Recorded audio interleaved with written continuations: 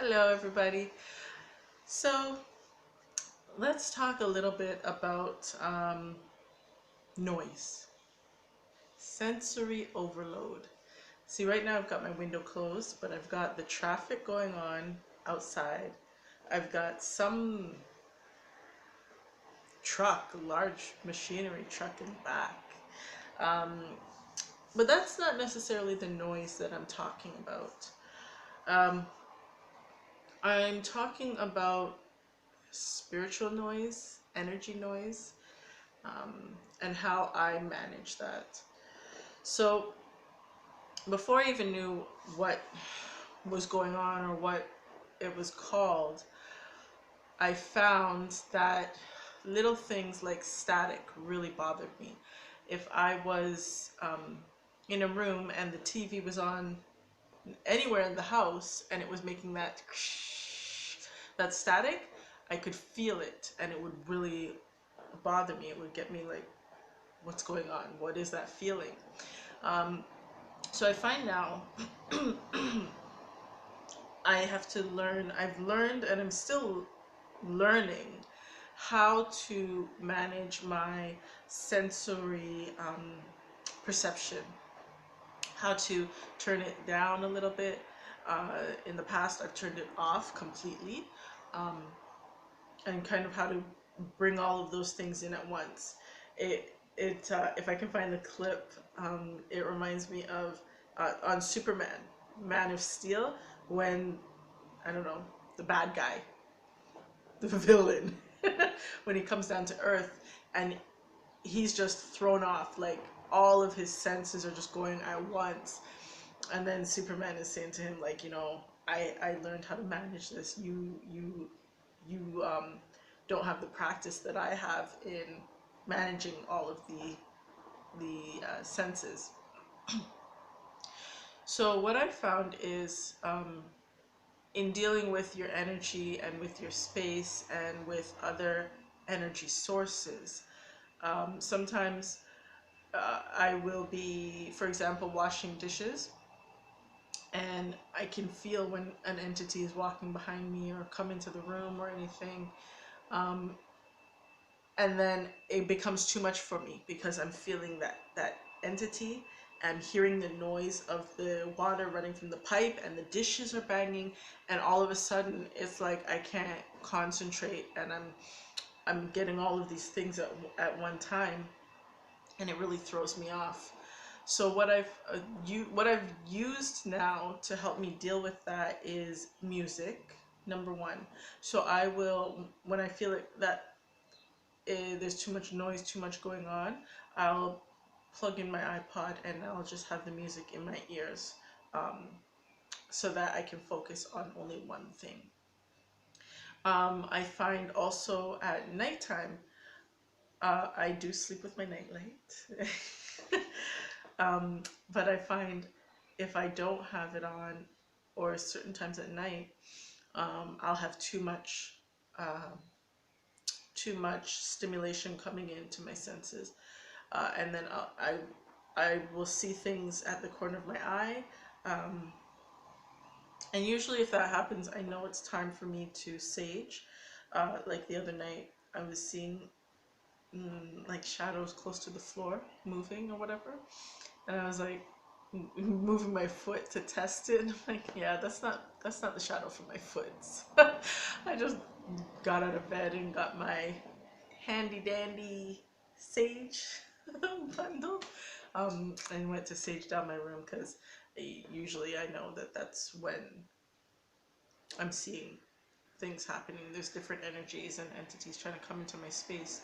So when that happens and I'm seeing those things out of the corner of my eye, if music goes on or if something else is playing really loudly or if it's really dark, um, it will throw me off. I won't be able to process all of it at once and I kind of freeze. Um, and then, or sometimes, if my husband's sleeping and I know something's going on in his dream state, I feel it in the atmosphere. So I'll be awake, like in this cold sweat kind of thing, because the whole atmosphere has changed, and I'm feeling it, but I can't really see what's going on, right? So how I've learned to deal with it is, one, with the music, my own personal music. Number two is just when I feel it coming on, is just to separate myself from the source of extra noise. Like, I will just drop what I'm doing, and go into my room just with my phone or whatever, and just spend a little bit of time in my room, just so that I can get back into um, my okay place, right?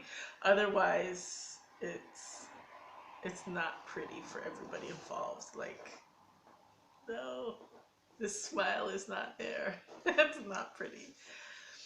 So that's how I've found handling it.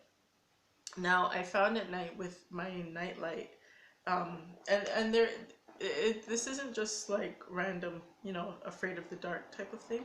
There are a lot of sources, um, like ancient. I don't want to say ancient, like historical records, I guess you could say, of the fact that these entities, lower entities, they don't like the light, especially lights that are not fluorescent, like the incandescent light bulbs that are more like daylight, or like flame, like it's a real light.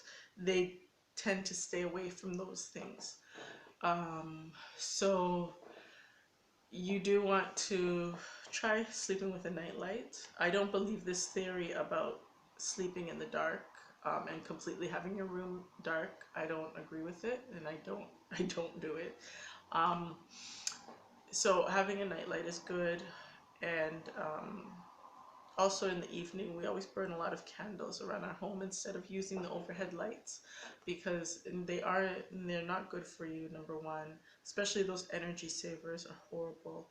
Um, and the best thing is the flame from the candlelight. So we usually light quite a bit of those at night.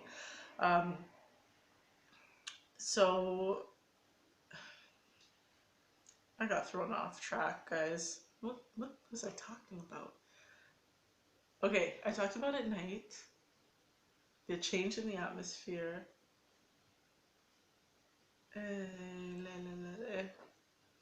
You'll have to get used to this, guys. I have like 20,000 things going on in my head, and I'll lose track.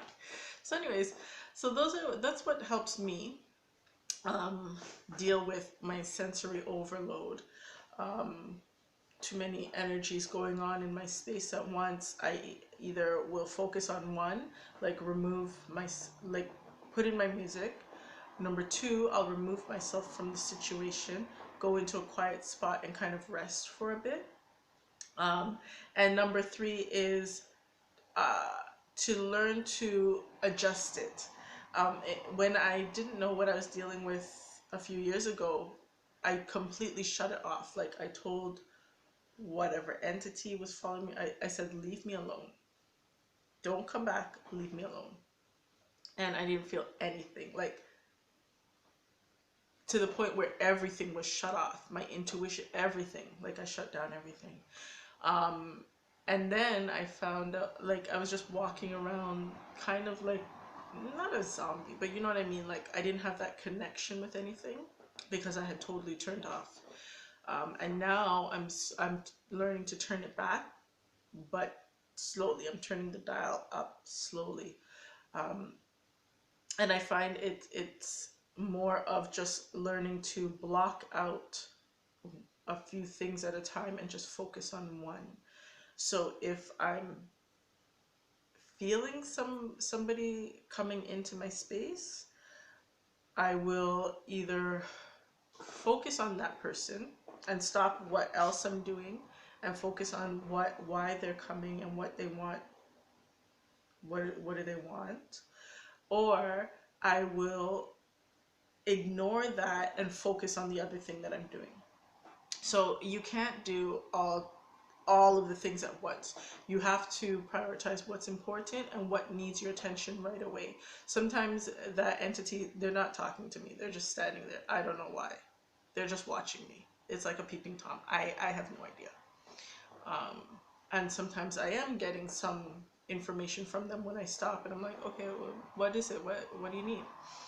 Um, so I find if I ask, what do you need, and they're not answering me, then I'm going back to my business because it's too much for me to do all at once. All right, so yeah, so those are the three things that I've used and am using to deal with my sensory overload. Focus one thing at a time, remove yourself from the situation, or music is always good. Like put in your earphones and listen to your music. I use that at work as well, because I will get up and start talking to everybody in the office and not get my work done. So at work, I'll pop in my earphones and I'll just sit there and do my work all day long. Um, all right, so if you guys have anything to add, any other tips that you've used that might help me, please leave it in the comments below. If or any thoughts that you have, leave it in the comments below. Please like and subscribe, and thank you for watching. Bye.